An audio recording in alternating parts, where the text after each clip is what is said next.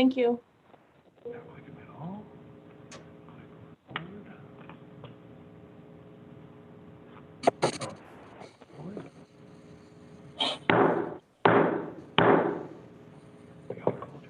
The Honorable Judges of the Court of Appeals of the State of Alaska. The Court of Appeals is now in session. Good morning. We are here this morning for the argument in Chavis v. State, file number A13158. Are the parties ready to proceed? Yes, Your Honor. Yes. Ms. Jura, you may proceed. Thank you. May it please the court. My name is Emily Jura, and I represent the appellant Shyheim Chavis in this matter. Is the court able to hear me okay? There's still that strange Still crackling sound. Okay. I can move now if that's better. I'm not sure what the crackling sound is. Would that be better? Yes. I'll quickly do that and rejoin. Thank you.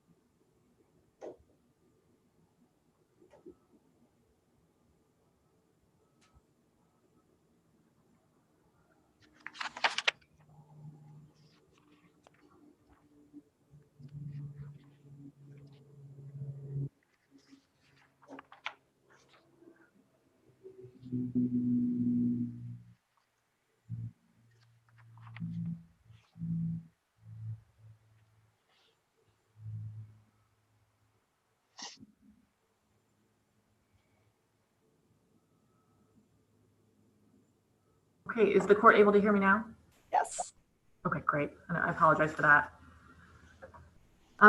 When a law enforcement officer threatens a suspect during questioning in order to get him to inculpate himself, this is uniquely coercive conduct under the Alaska Constitution that implicates the right to remain silent. And for this reason, it renders a subsequent confession presumptively involuntary. In Beavers, the Alaska Supreme Court held that a teenage suspect's will had been overborne during a 21-minute non-custodial interview because of a single threat from law enforcement, that he would get hammered if he hid stuff from the officer. Here, on September 14th, two uniformed troopers questioned Mr. Chavis at jail in a closed room for over an hour. Early on in the interview, they reminded him of the huge wave that they had talked to him about previously and said it would hit him like a tsunami or like a splash at record site 278. Shortly thereafter, at record site 280, they said the following: "This is the part where it becomes a splash or it becomes a tsunami, okay? So I'm going to throw the ball back to you. I'm going to say, tell me what you know, tell me all the players. You have your whole life ahead of you, okay? You're 22. You will recover from this. But if you motherfuck me and I walk out of this place, you will be doing a lot of time." The state argues that this series of statements was nothing more than a promise of potential leniency in the future. But that is wrong. Telling Mr. Chavis that what happens in the interview is what will determine if things get better or worse for him is a threat because it communicates harsher treatment as a consequence of silence. And telling Mr. Chavis that he will be okay and he will recover, except if he motherfucks them and then he will do a lot of time, threatens him with worse consequences for remaining silent. Under Beavers, a presumption of involuntariness therefore applies to Mr. Chavis's subsequent statements. The state argues that it has overcome the presumption of involuntariness because Mr. Chavis gave multiple versions of events after the threats were issued before finally admitting to being the shooter at the end of the interview. They argue that this establishes that Mr. Chavis remained in control throughout the interview and that his will was not overborne. But this argument fails. It's true that Mr. Chavis did not say he was the shooter in his first version of events after the threats, though he did admit to committing the crime of robbery as an accomplice.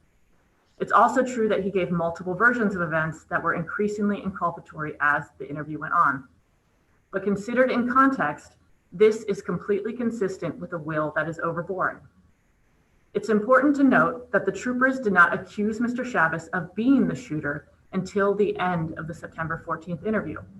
The first time that they say that they believe he's the shooter is at record site 332. And shortly after they accuse him of being the shooter, Mr. Chavis agrees that he was. That's also at record site 332. So this isn't a case where troopers made clear at the time of the threat what exactly they wanted the suspect to confess to, other than generally being involved in the robbery. In fact, around the time that the troopers issued their threat, they suggested that Mr. Chavis was not the most culpable actor. They told him, "I don't believe you to be the ringleader. I believe somebody else helped you along the way. It doesn't change the fact that you were involved, but it does change the fact of how much culpability you have." That's at record site 283, shortly after the threats were made and before Mr. Chavis gave his first version of events after the threats.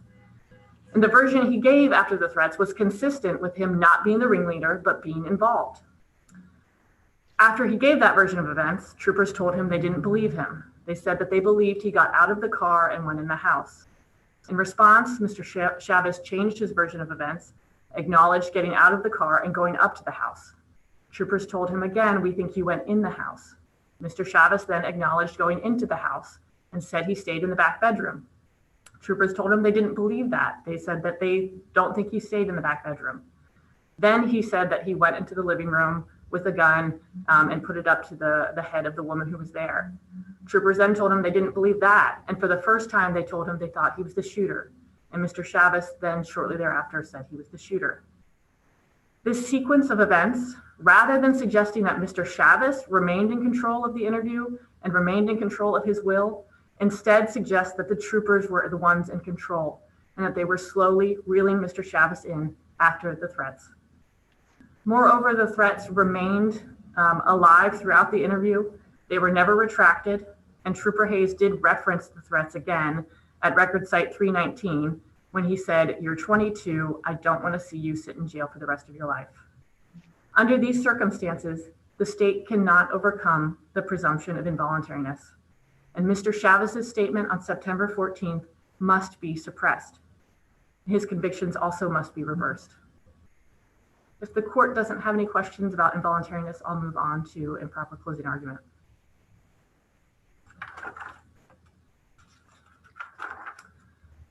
The prosecutor in this case made repeated improper closing arguments throughout his closing summation.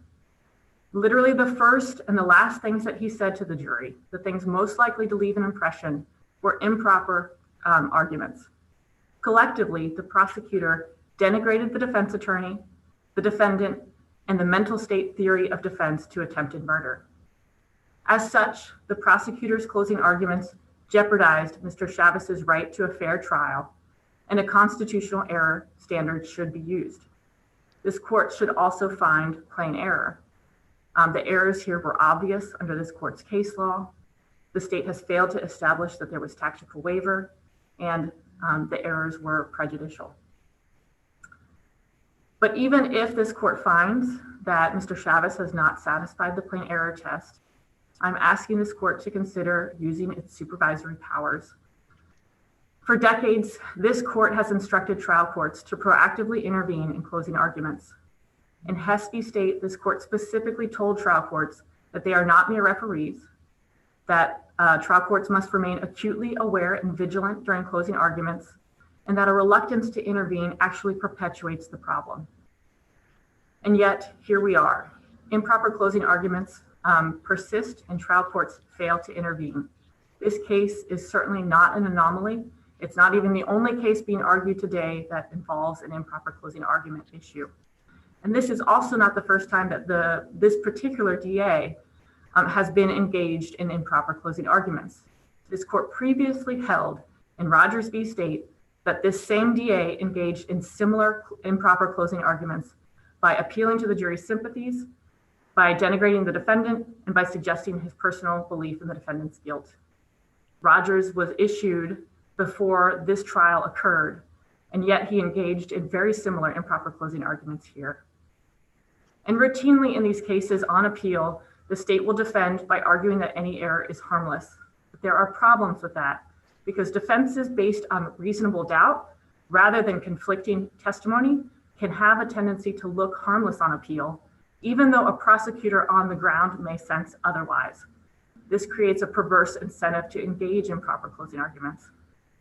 And because it is the state that directly causes and benefits from improper closing arguments, it is uniquely appropriate to require the state to disprove prejudice beyond a reasonable doubt, as the Minnesota Supreme Court decided in State v. Ramsey. It would also be more likely to deter such improper arguments from occurring and would be more likely to result in trial courts intervening. It would also be an appropriate and measured remedy to impose in light of the pattern of violations that have occurred and the routine failure of trial courts to intervene.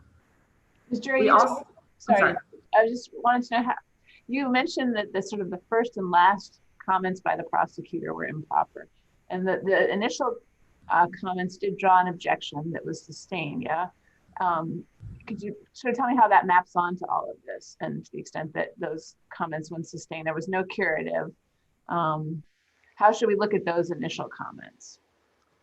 Well, I think the comments I was referring to was the extended discussion by the prosecutor about the impacts of these kinds of crimes on society.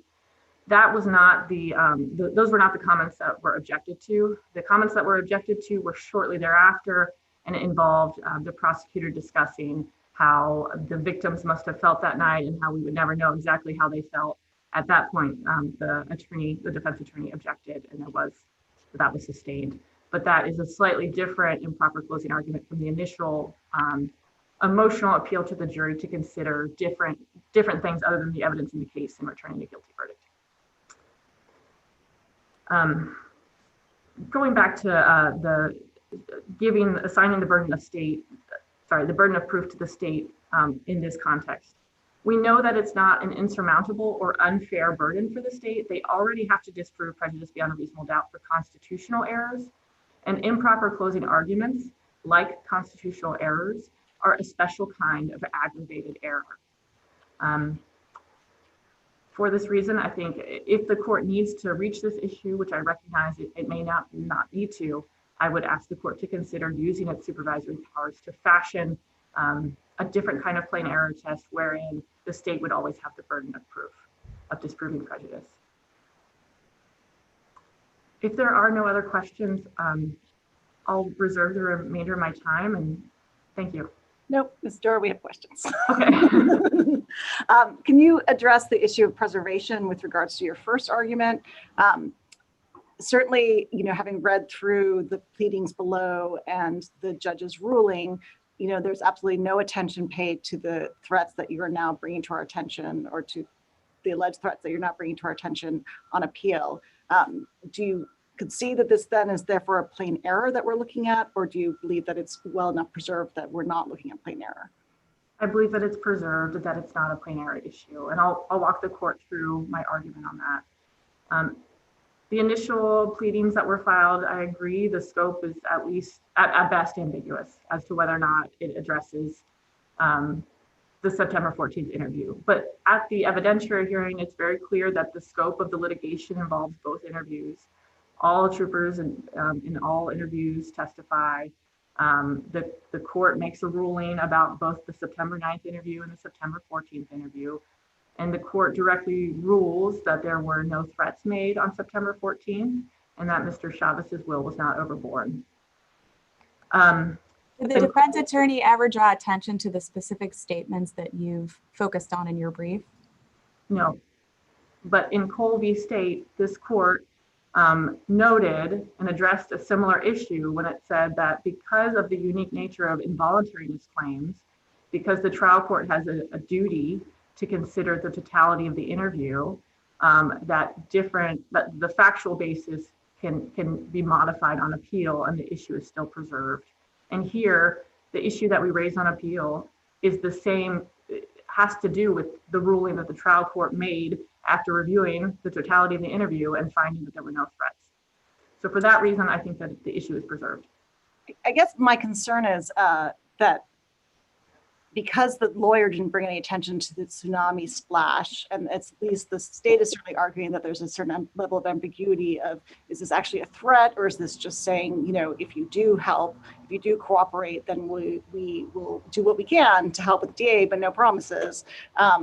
You know, given that kind of level of ambiguity, it seems hard to argue that this would have been necessarily perceived as a threat by Mr. Chavis when, you know, his own lawyer apparently didn't perceive it as a threat and didn't call the judge's attention to it.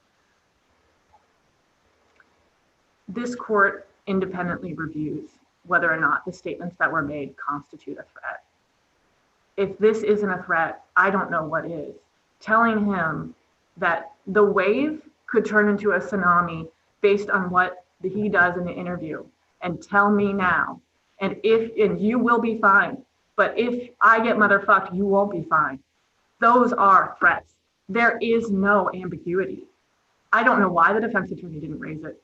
I can't speculate about that, but I can argue to this court that it is clear that those statements constitute threats, and this court has an independent duty to resolve that.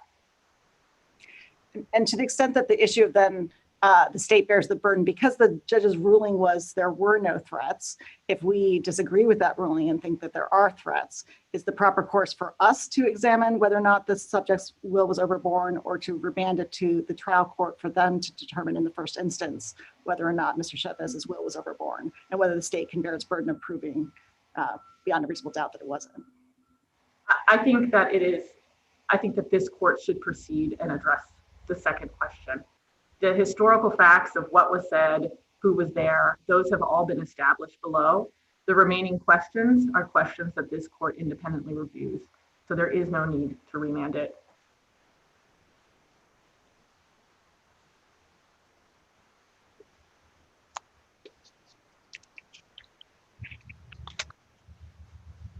That was my only question. Okay. Are there any other questions right now? Okay, then I'll say the remainder of my time.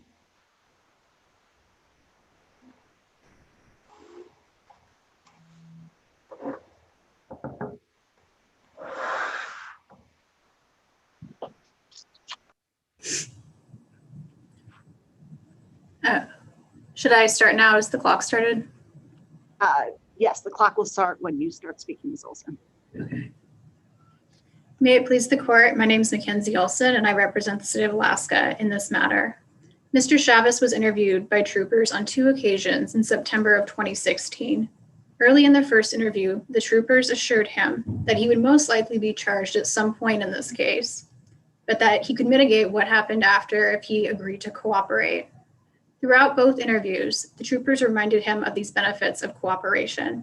They also laid out various pieces of evidence that they had against Mr. Chavis at that point, and they regularly reminded him of his need to be honest throughout the course of these interviews.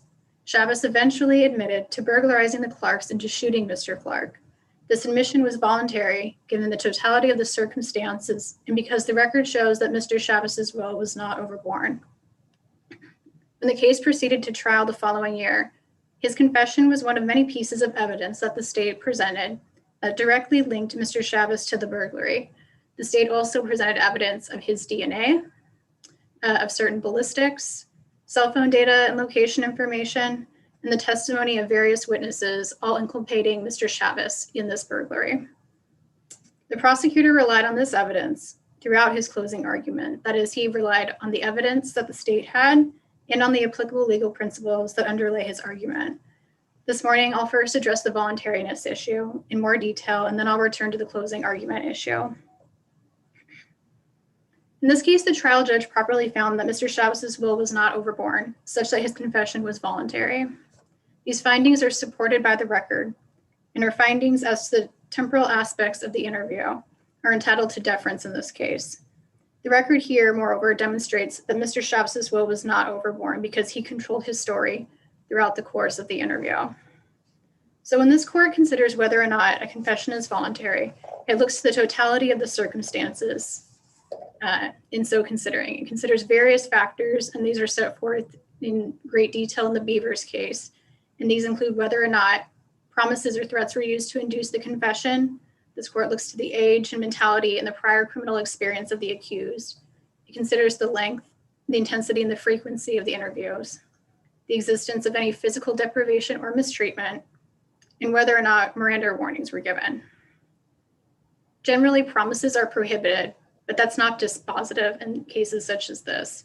For example, troopers or any officers can properly tell a defendant that they are able to communicate cooperation to the DA in such a case. Threats will generally render a confession involuntary, unless the state can show that the confession was otherwise voluntarily made, because the ultimate question is whether or not the defendant's will has been overborne. In this case, the trial court properly found that Mr. Chavis was not improperly coerced by threats or promises. The court found that Mr. Chavis at the time of the interviews was 21 years old. That is, he was an adult. And many of the cases on this, on the issues of voluntariness, they always draw a distinction between juveniles and adults, and explaining, especially in Beavers, that when a defendant is a juvenile, the state bears a particularly heavy burden of proof. And again, that's not an issue here like it was in Beavers. The state found that Mr. Chavis had an attorney at this time. In fact, the troopers explicitly invited Mr. Chavis to consult with his attorney at the end of the first interview. And so he knew he could talk with this attorney. The court further found that the interviews were conversational throughout. Mr. Chavis asked the troopers many questions. There was a lot of back and forth to the interviews, and they occurred 5 days apart from each other. The court additionally found that the troopers repeatedly told Mr. Chavis that they could not make any promises throughout the course of these interviews, but that they could convey his cooperation to the DA. Further, the court found that there was no physical deprivation. Did they actually promise they would convey his cooperation? They repeatedly told him throughout both interviews that they could convey his cooperation if he cooperated. That was how I read the record. So you don't think they promised him that they would do so? I think they were very clear throughout the interviews that they could not make any promises per se, but that if he was willing to cooperate and cooperate completely, that was something that they could convey. And did they promise a splash instead of a tsunami? I believe that comment, the comment about the splash and the tsunami, it harkens back to the wave analogy that again began in the first interview, the analogy of this wave coming. And it wasn't so much, it wasn't a promise. It was an analogy of what was going to happen. The troopers made it very clear in the first interview that Mr. Chavis was likely going to be charged in this case regardless. They explained it a couple times what they referenced back to a case that they had done recently involving another robbery and talking about sentences that people can get when they're convicted of those crimes, and how basically there may be mitigators that may affect what kind of sentence you can get. So they were using that analogy to explain that, like, yes, you're in trouble no matter what, this wave is coming, but the tsunami splash basically just explains that the way the wave hits you, right? Whatever sentence you may get, whether you're convicted, that sort of thing, there can be mitigators that perhaps render you more or less inculpatory, that again affect sentencing. So you don't view this as a promise that the troopers would take action. It's just them giving the defendant advice about what he should do to keep from having a tsunami?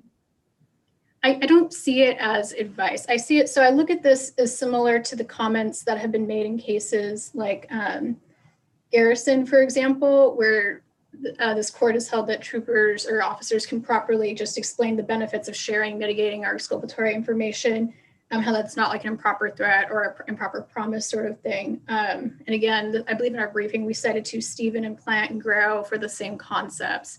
So again, I don't see it as, they're not saying you will definitely get lesser treatment. They can't say anything on behalf of the DA. And that's why he kept saying, I can't make any promises to you throughout this, but he made it clear that if you cooperate, we can convey this information. And again, these avowals of, being able to communicate such good conduct is acceptable and it's not an improper promise under the case law. That's how I read that. Okay, so your read is as long as they disavow what the DA might do, then they can promise what they will do or not? Sorry. If they disavow what the DA will do? Right, but can they promise that they will do something to help him?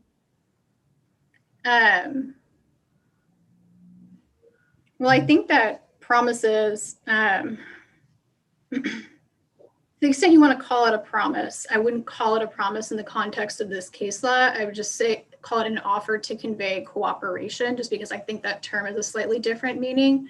But they can convey that that's something that they can communicate if he cooperates. Generally, like they said, they can't make promises, but even if they did make a promise that was improper, it still wouldn't render his confession involuntary, because again, this court has to look to the totality of the circumstances, and that's just one factor that you would consider in that case. Did that answer your question? Thank you, Ms. Olson. Yeah. Great, thank you. I have a question that I asked Ms. Jura. So if we disagreed with the judges, if we in fact find the tsunami splash comment to be equivalent to either a promise or a threat, do we then assess the will overboard, or do we look at the trial courts, and even though she was interpreting it as there were no promises or threats, or do we remand? What should we do in those circumstances? In those circumstances, I think it depends on how you're looking at the court's findings as a whole. The court's factual findings regarding the temporal aspects of this interview, if you find that those are not clearly erroneous, I mean, you're only looking at whether or not the defendant's will was overborne, and just the legal ramifications of that, and that's something that this court will do in any event, even if it's remanded and it comes back again. But if this court is finding error with the clear error with the court's legal findings that lead to that finding of whether or not Mr. Chavis's will was overborne, then I think it would be remanded in that case. But in this case, I think this trial court's findings were not clearly erroneous. They're absolutely supported by not just the written record in this case, but the audio recordings. So in this case, I think it's proper. So I just want to understand your tsunami splash argument. So your tsunami splash argument is that all that the officer was doing was pointing out that if there were mitigating facts, that would be then a splash, and that if there were no mitigating facts, it would be a tsunami, and that of course then would have nothing to do with whether or not he necessarily told those mitigating facts now or he told them later, but just the existence of mitigating facts. Is that how you're interpreting the tsunami splash comment? I think I interpret it more in the context of explaining whether or not, if he chooses to cooperate or not, and he can convey whether or not he cooperates to the DA. And so some of the confusion, maybe I was referencing back to the mitigators, because he also frequently, in terms, whenever the troopers would talk about throughout these interviews, whether or not there was cooperation or not, why cooperation was beneficial. He would talk about mitigating circumstances in two different lights. One was in the light of like, it can mitigate your sentence if you're cooperating, that sort of thing.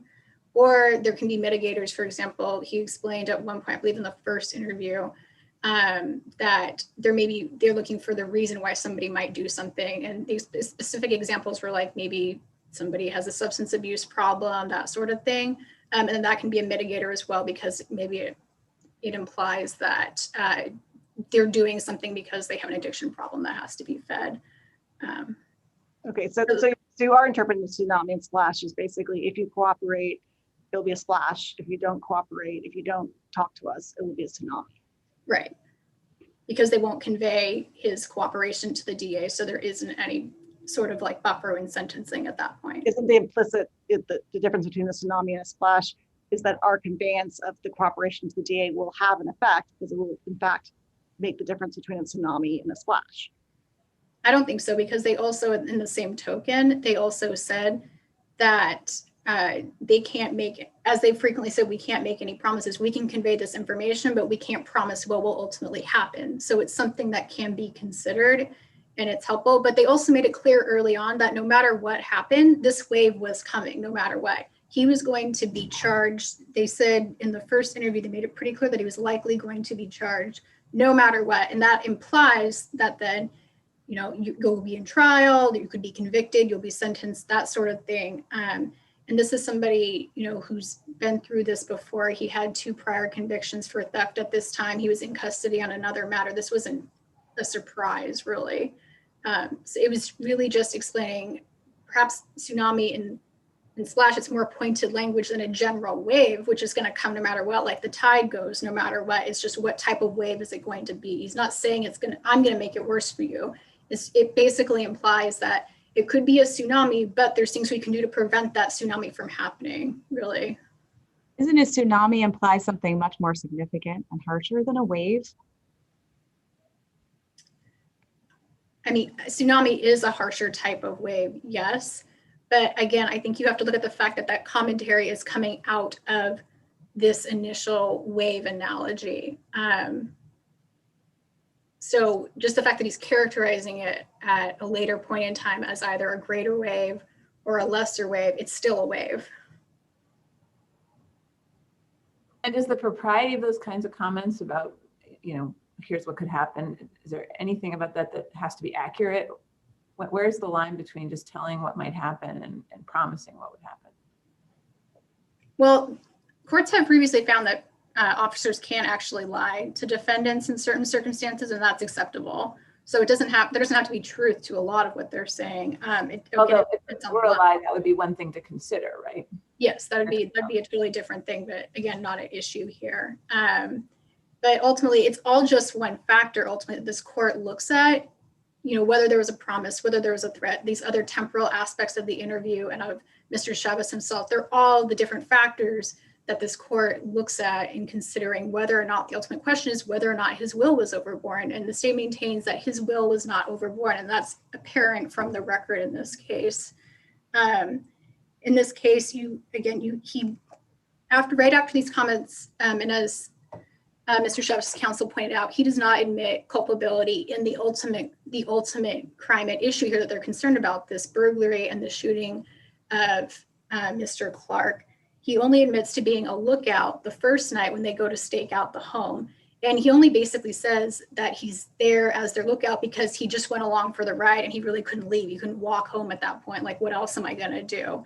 It's all minimizing. And again, it's tying back into what the troopers had said earlier about, you know, using mitigators for why you're there. Like, oh, I'm not really culpable because I couldn't go anywhere. So that's actually the response that he gives in direct response to that question. And it's only throughout the interview as the troopers continue to confront him, not just with the fact that they don't think he's being honest, which they can properly do, but the evidence that they have against him that explains why they think they're honest. They're explaining why that they have a credible case against him. Directly after that commentary, he also says, after he explains that he's barely culpable as to the first night, Mr. Chavis explains that in regards to the second night, he says that it happened the way he already said it happened. And he wouldn't admit any involvement. In fact, he denied all involvement in that robbery. And that's right after those comments.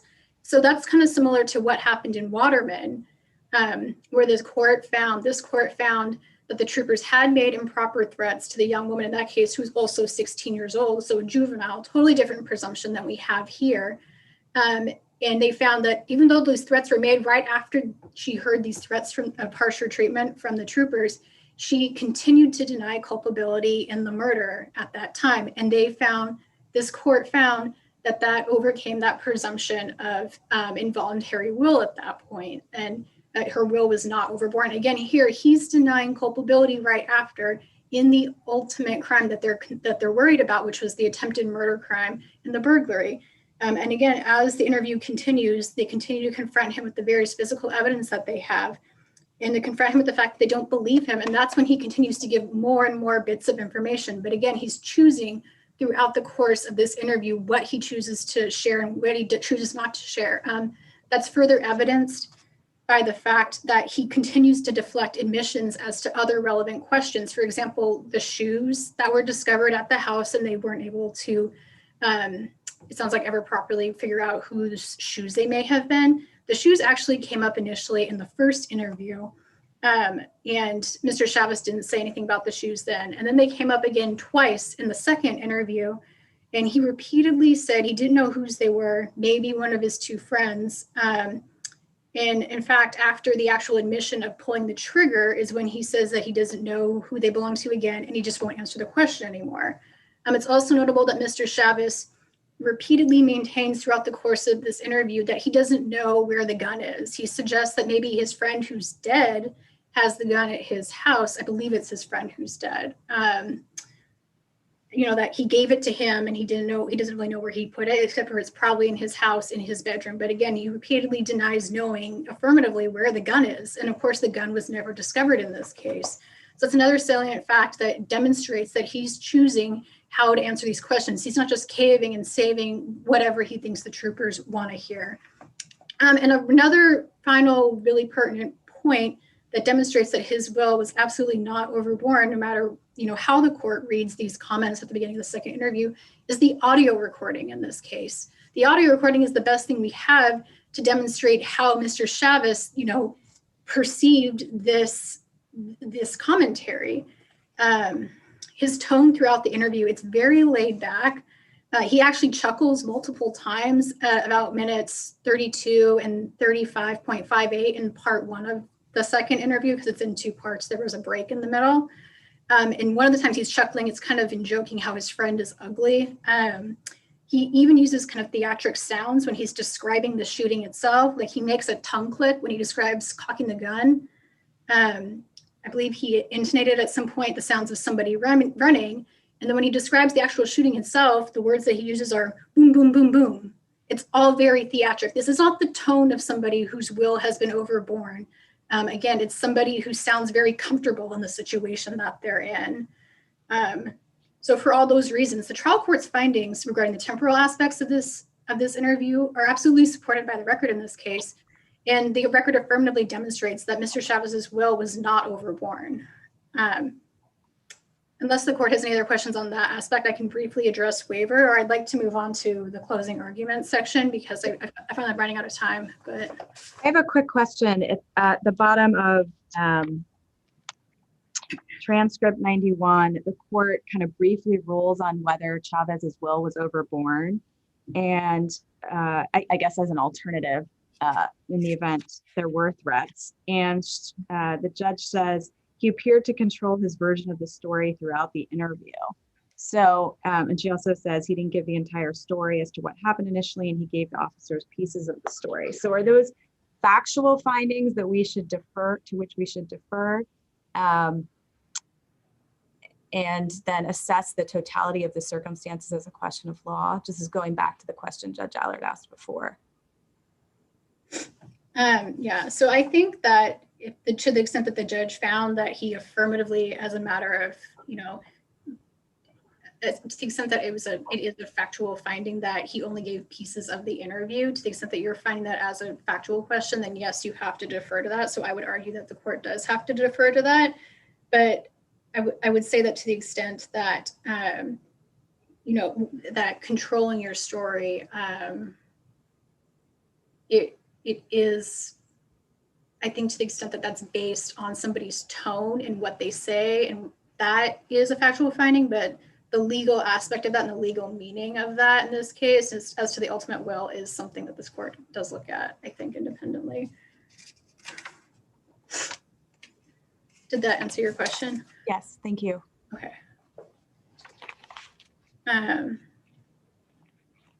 Okay. And then briefly, I'll just address waiver before I move on to the closing arguments. So again, the state maintains that this issue is waived under Moreau because suppression issues can't be raised for the first time on appeal absent singularly egregious circumstances, which the state does not, for the reasons I just explained, think occurred at this juncture. This court has previously extended Moreau to Miranda violations. And the point of having these types of rules and extending it in this situation is, again, to allow for the full development of the record below.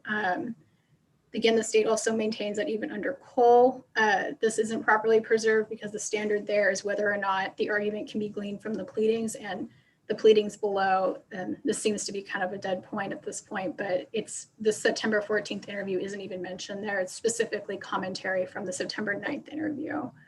What about the fact that the court rules based on both interviews? So we do have a ruling to review. Yes, but I think, right, the court had to review both interviews because when they review a confession, they look at the totality of the circumstances. So they have to look at the entirety of the interview. So the court reviewed it in that context, but the court's findings generally, right, we don't know how the state may have litigated the case differently or what Mr. Chavis's arguments about the September 14th interview would have been, because they weren't raised clearly below, and that affects ultimately what the court finds. And it's notable, right, that even at the actual suppression hearing, Mr. Chavis didn't cross-examine Trooper Regrezin, who was only present at the second interview. He didn't comment on the second interview in his closing arguments. And if he'd pointed out, early on the state, he was on notice that the state maybe thought that the 14 interview was relevant in some way because it was brought up, in the state's reply motion work and by the fact that the state had called all the troopers, but he didn't comment on it whatsoever.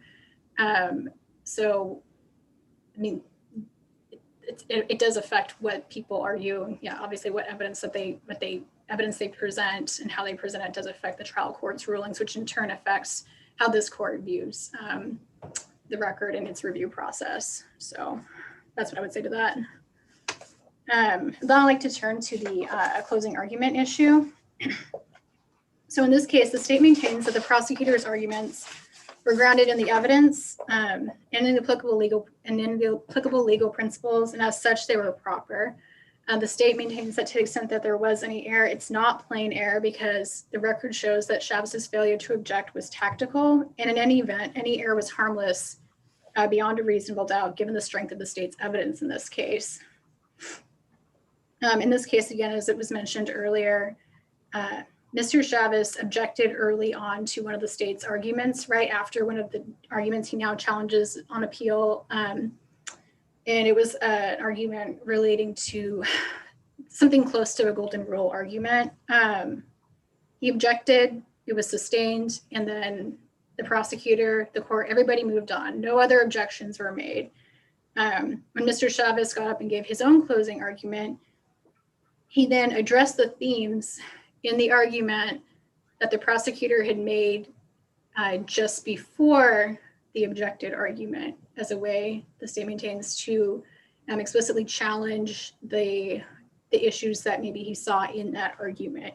It's also notable that Mr. Chavis, throughout his closing argument, it was mostly dedicated in large part to challenging the sufficiency of the state's evidence, because the state, as the state maintains, the state's closing argument was grounded in the evidence that was at issue in this case. He was frequently explaining all his commentary and context of the evidence that had been presented and was being used to prove this case. And it was also presented in the context then of the elements of the relevant charges. To the extent that, yeah.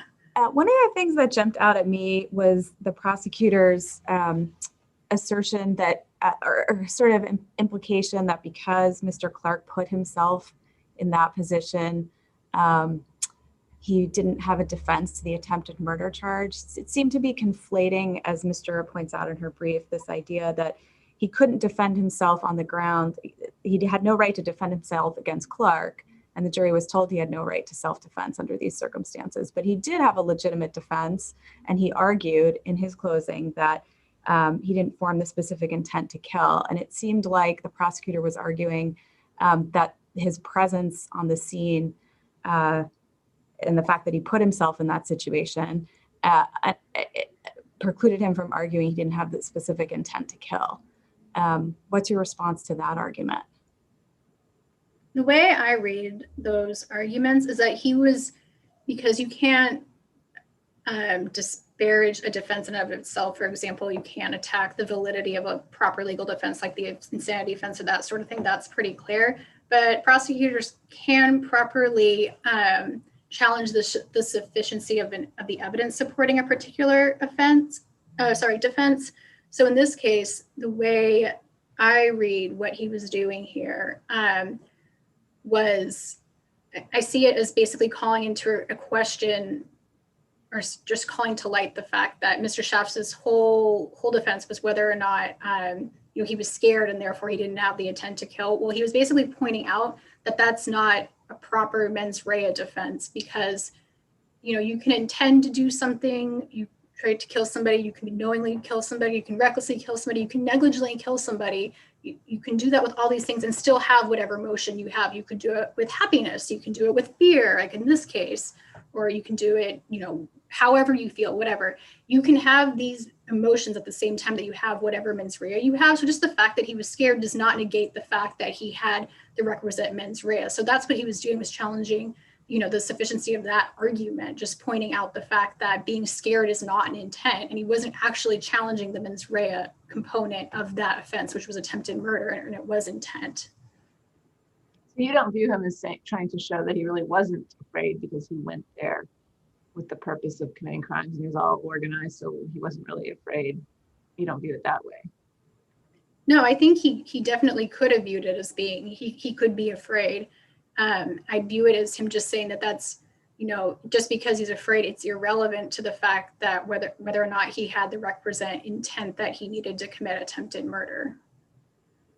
And you don't read the prosecutor saying just because he put himself in that situation, he therefore had no mens rea defense. I don't read it that way.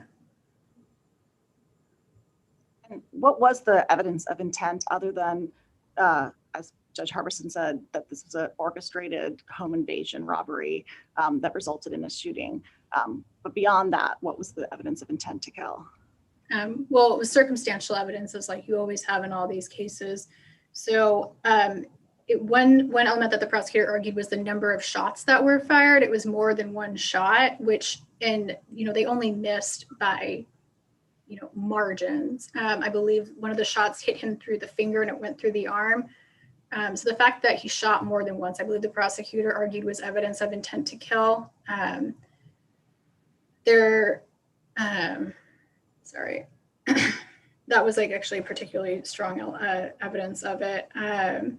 He also argued generally that just the general attitude showed that he was disregarding the value of human life, right? Like that they went there, the whole argument was basically that these guys went there to get marijuana. They didn't care about anybody else. They didn't care if they hurt the Clarks. They didn't care if they killed the Clarks, as long as they got their pot. And yes, maybe they got scared when Mr. Clark started shooting at them in retaliation. They, probably weren't expecting that. But he shot multiple times back, and that demonstrates intent to kill.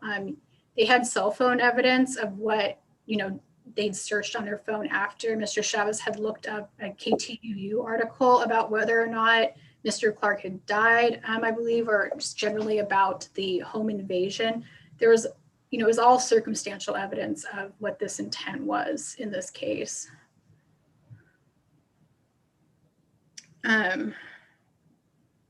Okay, quickly, am I running out of time? You've run out of time, Ms. Olson, but you can take a minute or two just to wrap up. Okay. Okay.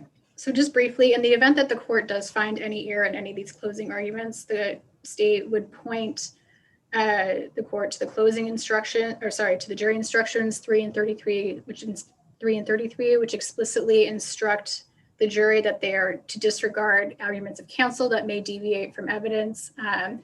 And would also point the court to the instruction about, you can't decide the case based on prejudice, passion, that sort of thing.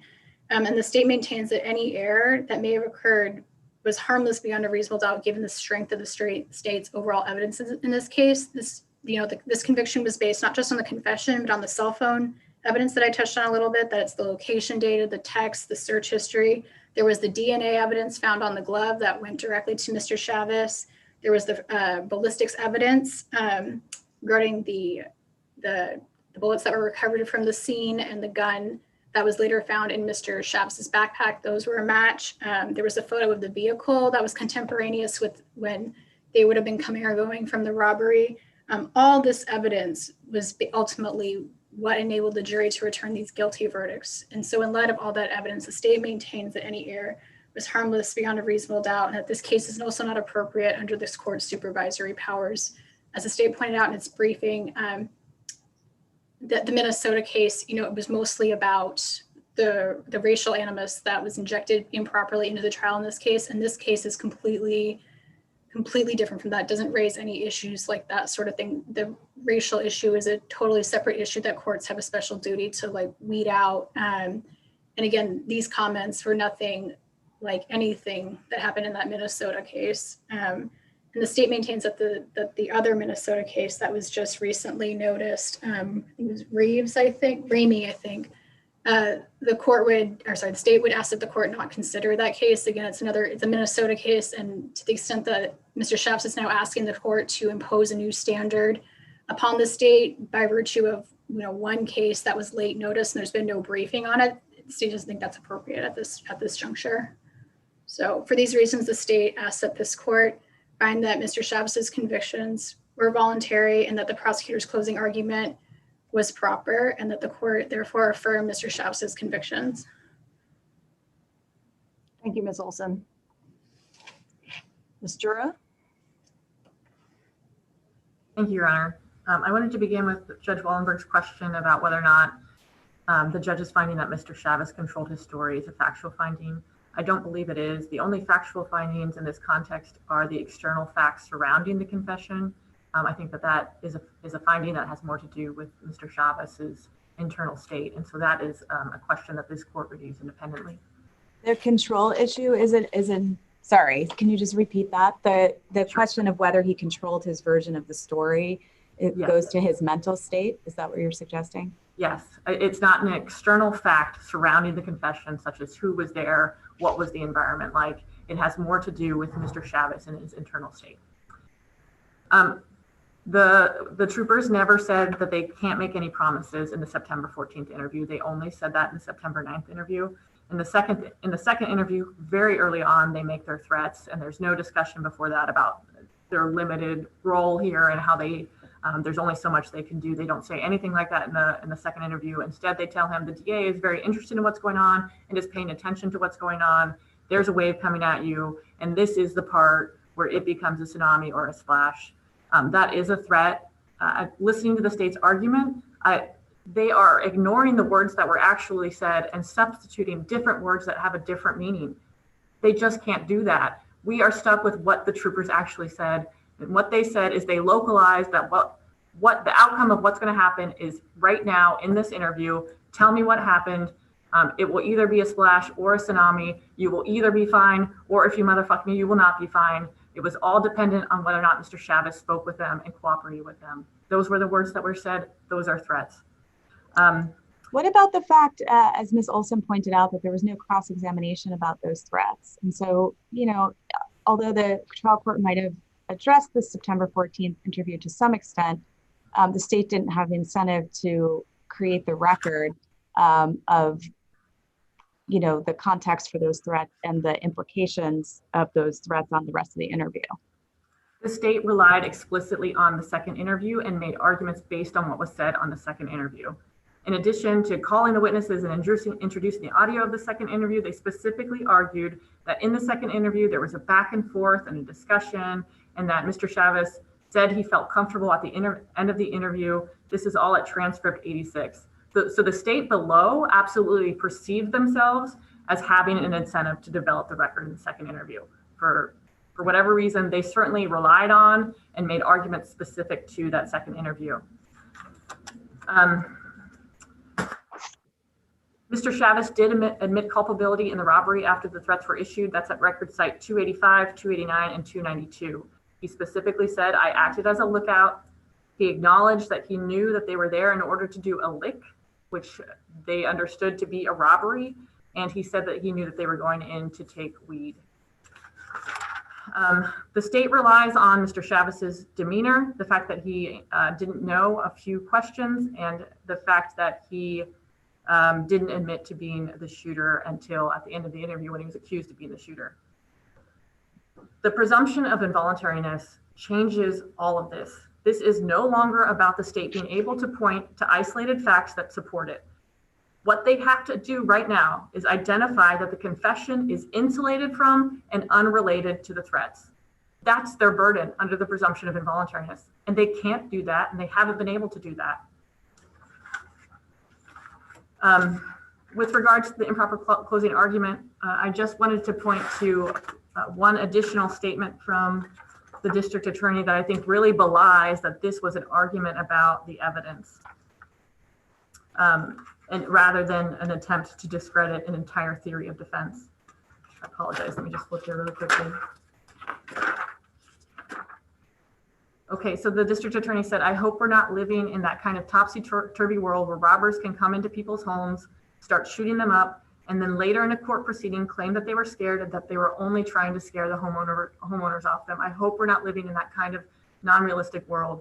So again, he's attacking an entire theory of defense, which is that somebody in that context, though guilty of robbery, though guilty of burglary, may not have intended to kill somebody that they shot at because they were just scared and trying to leave.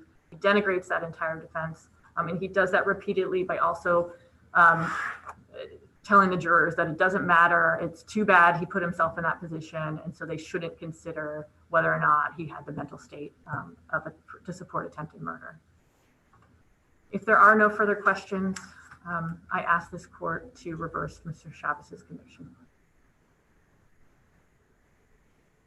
Thank you, counsel.